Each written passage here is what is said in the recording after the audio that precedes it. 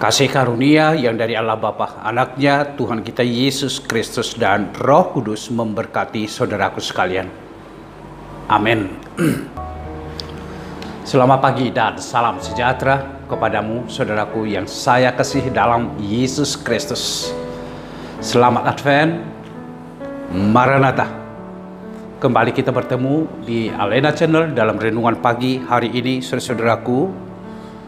Firman Tuhan yang menyapa kita dari kitab 1 Petrus pasal 3 ayat 8. Dan akhirnya hendaklah kamu semua seia sekata, seperasaan, mengasihi saudara-saudara, penyayang dan rendah hati.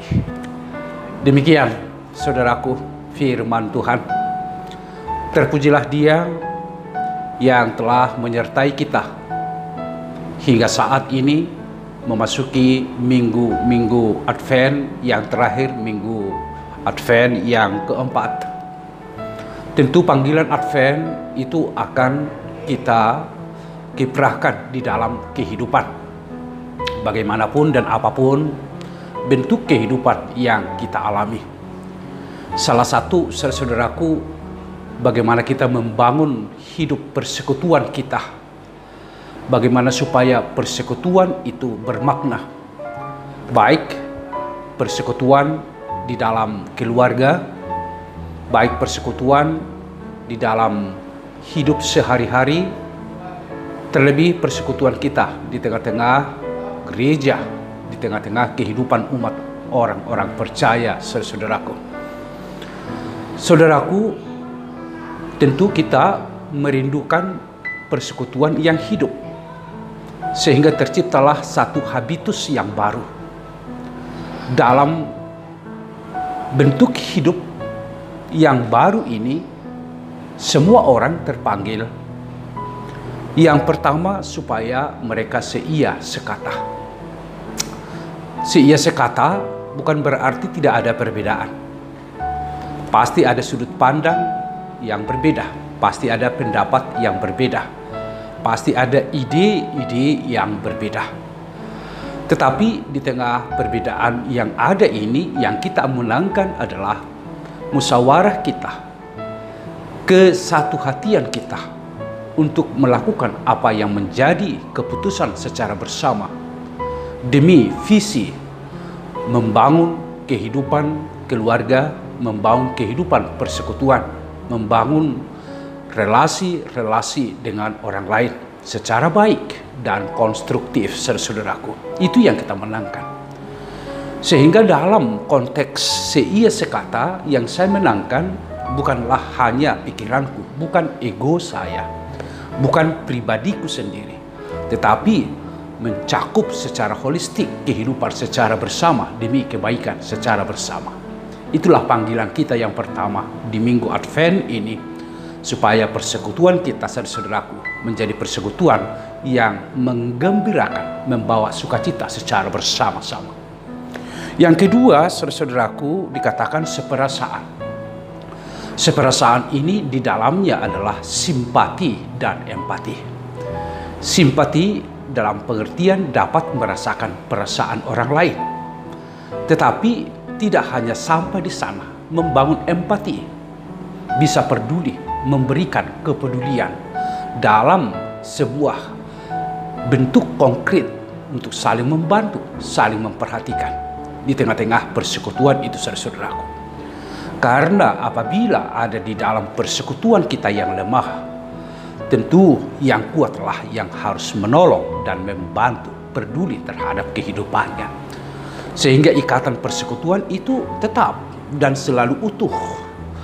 Dia berjalan dengan solid dalam pengembangan kehidupan secara bersama-sama, saudara. Dan yang ketiga, mengasihi saudaraku. Mengasihi saudaraku, di dalamnya ada pengorbanan. Mungkin dalam rasa kita merasakan sesuatu yang sangat menyakitkan, tetapi apabila itu sebuah pengorbanan yang tulus dan murni, itu tidak menjadi sebuah masalah di dalam kehidupan.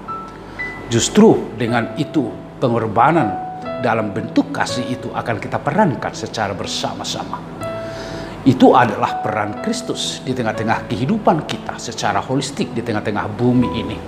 Tuhan sendiri mengasihi kita yang lemah ini, yang berdosa ini, yang hidup di dalam kejahatan. Tetapi Kristus mau berkorban untuk itu semua demi keselamatan kita, saudara. Dan yang selanjutnya dikatakan penyayang dan rendah hati. Kalau dikatakan penyayang, saudaraku, itu adalah hubungan dalam pengertian etika sopan santun, keramah tamahan di tengah-tengah kehidupan. Kita bersikap ramah terhadap diri kita, ramah terhadap orang lain, ramah terhadap lingkungan sekitar kita, bahkan ramah terhadap alam ciptaan ini. Sehingga kekerasan tidak perlu kita perankan di dalam kehidupan. Atau mengambil keuntungan demi diri sendiri tidak perlu kita perankan di dalam kehidupan. Karena panggilan kita adalah bersikap ramah terhadap semua orang dan rendah hati. Rendah hati ini, saudaraku, adalah apa yang dilakukan oleh Kristus. Dia mau taat dan tunduk untuk misi kemuliaan yang disampaikan oleh Bapa, sehingga Kristus lahir di tengah-tengah kehidupan kita, saudaraku. Dia rendah hati, melakukan apa yang Bapa kehendaki di dalam kehidupan. Tentu keempat inilah yang menjadi panggilan Advent keempat ini kepada kita, saudara-saudaraku.